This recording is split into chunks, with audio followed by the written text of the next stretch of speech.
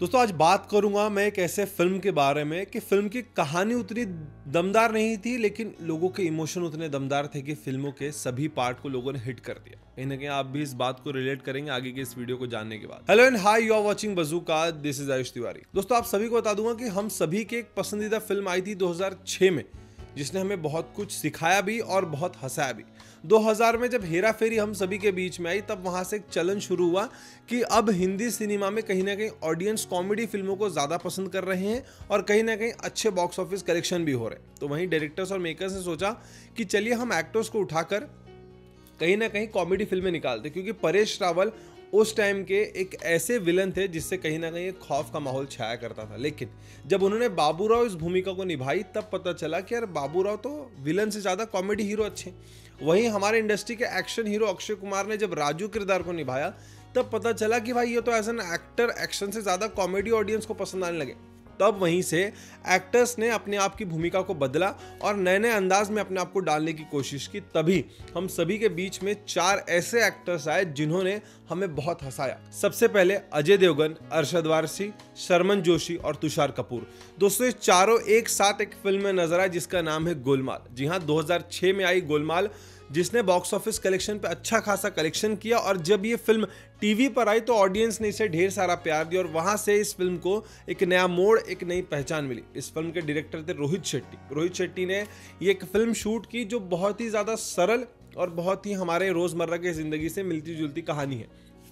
वहीं तुषार कपूर एक ऐसा किरदार था जिसको बॉलीवुड के एक्टर्स ने अब तक 4-5 लोगों ने रिजेक्ट कर चुका था इस कैरेक्टर को लेकर, क्योंकि ये कैरेक्टर एक तरीके से म्यूट था, माइम था। मतलब कहीं ना कहीं इस कैरेक्टर के डायलॉग नहीं थे, ये सिर्फ अपने एक्शन से वहां पर अपना इंप्रेशन बनाएगा और लोगों को हंसाएगा। वहीं कई एक्टर्स ने कहा कि जब सामने अजय देवगन, अरशद वारसी और शर्मन जोशी है, अब ये 3 बड़े कैरेक्टर्स यहाँ पर हैं और वहीं पर एक ऐसा कैरेक्टर जिसका कोई डायलॉग नहीं है, तो इस कैरेक्टर में दम नहीं है। ये सोचकर हमारे इंडस्ट्री के 2 से 3 एक्टर्स ने मना कर दिया था इस किरदार को लेकर। लेकिन उस समय तुषार कपूर ने इस किरदार को हाँ कहा और आज भी तुषार कपूर का वो कैरेक्टर्स मीम्स पर ट्रेंड करता है और जब भी आए दिन हमें कोई ऐसा व्यक्ति मिलता है हम उसे तुषार कपूर कहते हैं।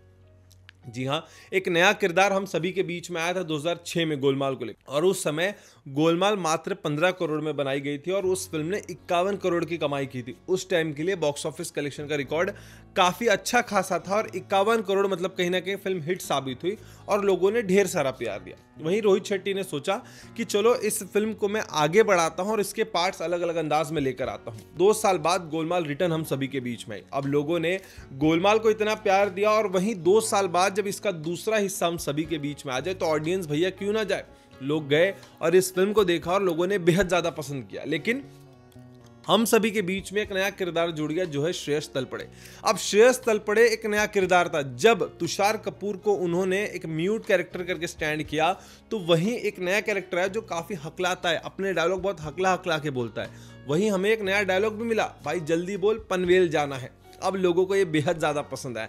यानी कि रोहित शेट्टी ने एक्सपेरिमेंट किया अपने कैरेक्टर्स के अंदर, अपने एक्टर्स के अंदर में, जो लोगों को बेहद ज्यादा पसंद आने लगा। पहले में तुषार कपूर ने एक छाप छोड़ी तो वहीं श्रेयस तलपड़े ने दूसरे हिस्से में अपनी छाप छोड़ी और ये फिल्म भी लोगों को बेहद ज्यादा पसंद आई। और बात करूंगा इस फिल्म के बजट की, तो ये फिल्म बनाई 25 करोड़ में, यानी कि रोहित शेट्टी ने 15 करोड़ से फिल्म का बजट 10% बढ़ाकर इसे 25 करोड़ कर दिया। वहीं इस फिल्म ने कमाए 75 करोड़ बॉक्स ऑफिस कलेक्शन पे, यानी कि फिल्म ने कमाई भी अच्छी खासी की। लेकिन हाँ दोस्तों, ये कहानी थोड़ी बहुत अलग थी। पहला पार्ट और दूसरे पार्ट की कहानी बहुत ज़्यादा अलग थी। कहानी वहीं से शुरू नहीं की गई, एक नई कॉमेडी कहानी हम सभी को मिली और वो कॉमेडी काफ़ी शानदार भी थी और लोगों को पसंद आने लगी। लेकिन दोस्तों 2 पार्ट जो हम सभी के बीच में आए वो काफ़ी सरल और साधारण तरीके से थे। इस फिल्म का डायरेक्शन बहुत ज़बरदस्त था, फिल्म के गाने बहुत अच्छे थे, फिल्म की लिखावट बहुत स्ट्रांग थी, फिल्म की कास्टिंग बहुत अच्छी थी और दोस्तों फिल्म के जो एक्टर्स थे वो बेहद शानदार थे और उन्होंने अपने किरदार को बखूबी निभाया और ऑडियंस को बेहद ज़्यादा हंसाया। यानी कि ये 2 पार्ट ने ऑडियंस के साथ जस्टिस किया, न्याय किया। अब रोहित शेट्टी ने सोचा कि चलो यार अब 2 साल बाद एक और एक पार्ट लेकर आओ। तब हम सभी के बीच में गोलमाल 3 आई। अब दोस्तों गोलमाल 3 में उतना दम था नहीं, कहानी उतनी स्ट्रांग थी नहीं और वैसे ही जैसे कहानी आगे बढ़ी, साल आगे बढ़े, जनरेशन आगे बढ़ी और कहीं ना कहीं हम फास्ट होने लगे। अब इस फिल्म को कहीं ना कहीं फ्रिक्शन की तरह जोड़ दिया गया, कहीं ना कहीं यहाँ पर एडिटिंग के द्वारा इस्तेमाल की गई चीजें, और फिर वहां से एक्टर और एक्ट्रेस की भरपाई बढ़ने लग गई कि भाई अब इतनी हिट फिल्म है तो रोहित शेट्टी ने सोचा कि भाई जब फिल्म को लोग इतना पसंद कर रहे हैं फ्रेंचाइजी के नाम पे, तो चलो यहाँ इन किरदार को उतार दूं। और दोस्तों आपको स्क्रीन पे दिख रही ये सभी एक्टर्स ने गोलमाल 3 में अपनी अपनी एक्टिंग दिखाई और लोगों का दिल जीतने की कोशिश की। कहानी में बिल्कुल दोस्तों दम नहीं था। एक ऐसी कहानी हम सभी के बीच में है जिसमें हमको हंसना पड़ा जस्ट बिकॉज ऑफ गोलमाल हमको लोगों को पसंद आई थी, गोलमाल 2 भी पसंद आई, इसलिए इसके साथ इमोशन जुड़ चुके थे ऑडियंस के। अगर गोलमाल 3 की बात करो हिट होने की तो सबसे बड़ी वजह थी जस्ट बिकॉज ऑफ ऑडियंस के इमोशन। गोलमाल के नाम पर ऑडियंस दरवाजे पर गई, बेहद ज्यादा हंसी, समझी और बाहर आई और फिल्म का अच्छा खासा कलेक्शन भी दी। अब बात करूंगा फिल्म के बजट की, तो भाई फिल्म का बजट हो गया 50 करोड़ और फिल्म ने कमाए 170 करोड़। मतलब दोस्तों कहीं ना कहीं सुपर डुपर हिट हो गई, क्योंकि पहली फिल्म अगर मात्र 15 करोड़ में है और जब फिल्म का बजट सीधा दुगना हो जाए, 25 का 50 हो जाए, तो भाई क्यों ना कोई ऑडियंस खुश होगी। ऑडियंस ने सोचा इस बार कुछ धमाकेदार होगा और ऑडियंस ने प्यार भी दिया, 170 करोड़ कमा के दिया। और डायरेक्टर भी सेम रोहित शेट्टी थे। कास्टिंग में थोड़ी उतार चढ़ाव हुए, लोग जुड़ते गए, लोग कम होते गए, लेकिन दोस्तों जो बात तुषार कपूर ने दी थी और जो श्रेयस तलपड़े ने दी थी, वो किरदार को हम कहीं ना कहीं मिस करने लगे, उस अंदाज को मिस करने लगे, उस सरलता को, वो रोजमर्रा की जिंदगी से दिखाई हुई कहानी को हम मिस करने लग गए। वहीं रोहित शेट्टी ने जो एक सरल कहानी थी उसको मोड़कर कहीं ना कहीं एक हॉरर कहानी हम सभी के बीच में ला दी, एक हॉरर कॉमेडी का एक नया अंदाज, एक नया रूप देने की कोशिश की, जो लोगों को शायद कहीं ना कहीं पसंद नहीं आया। मात्र इमोशन के कारण इस फिल्म को लोगों ने देखा और 170 करोड़ की कमाई करके दी। मतलब गोलमाल की उस इमोशन को गिरने नहीं दिया और अच्छी खासी कमाई करके दी, लेकिन कहानी में दम बिल्कुल नहीं था। साल बढ़ते गया, हम फास्ट फॉरवर्ड होते गए, लोगों ने नए नए आइडियाज दिए और भाई एक कहीं ना कहीं फ्रिक्शन, एक नए अंदाज में हमने इस कहानी को देखा, जहां पर तब्बू की भी एंट्री हुई।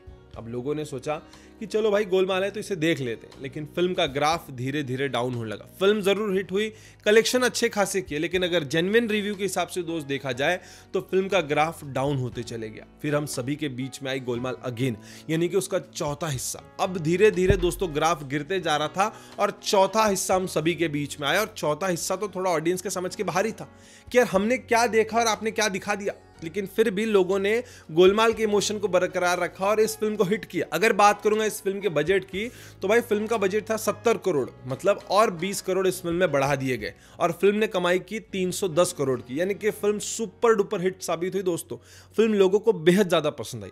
अब गोलमाल 5 की अनाउंसमेंट हम सभी के बीच में हो चुकी है कि रोहित शेट्टी गोलमाल 5 लेकर आ रहे हैं। दोस्तों फ्रेंचाइजी काफी लंबे टाइम से चल रही है, ऑडियंस साथ दे रही है, गोलमाल के इमोशंस को साथ दे रहे हैं, लेकिन धीरे धीरे ग्राफ डाउन होते जा रहा है।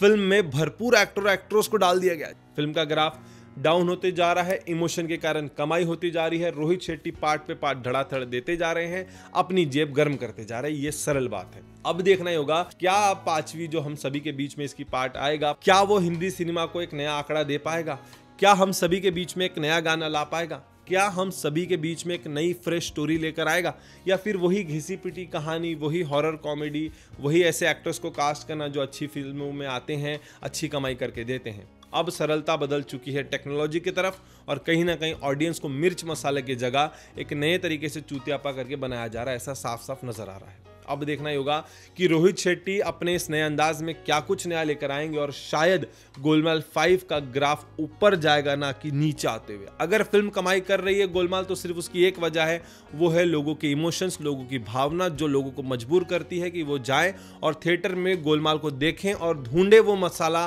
वो मिर्च, वो हंसी, वो कॉमेडी, वो कहानी, वो दोस्ती जो उन्होंने गोलमाल में देखी थी इन 4 किरदारों की। लेकिन अक्सर ऑडियंस नाराज होकर बाहर आती है, आधी फिल्में छोड़कर आती है, क्योंकि उन्हें वो मिर्च मसाला, वो कहानी, वो एंटरटेनमेंट, वो सादगी, वो भावना नहीं मिलती है।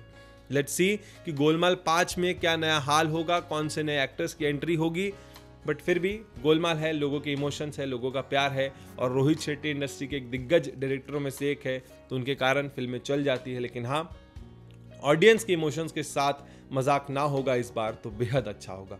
गोलमाल के 4 पार्ट में से आपका पार्ट कौन सा फेवरेट है ये भी बताइएगा, और तुषार कपूर या श्रेयस तलपड़े ये जरूर हमें कमेंट सेक्शन में जरूर बताइएगा। दोस्तों ऐसे ही वीडियोस को देखते रहने के लिए please like, share and subscribe to bazooka.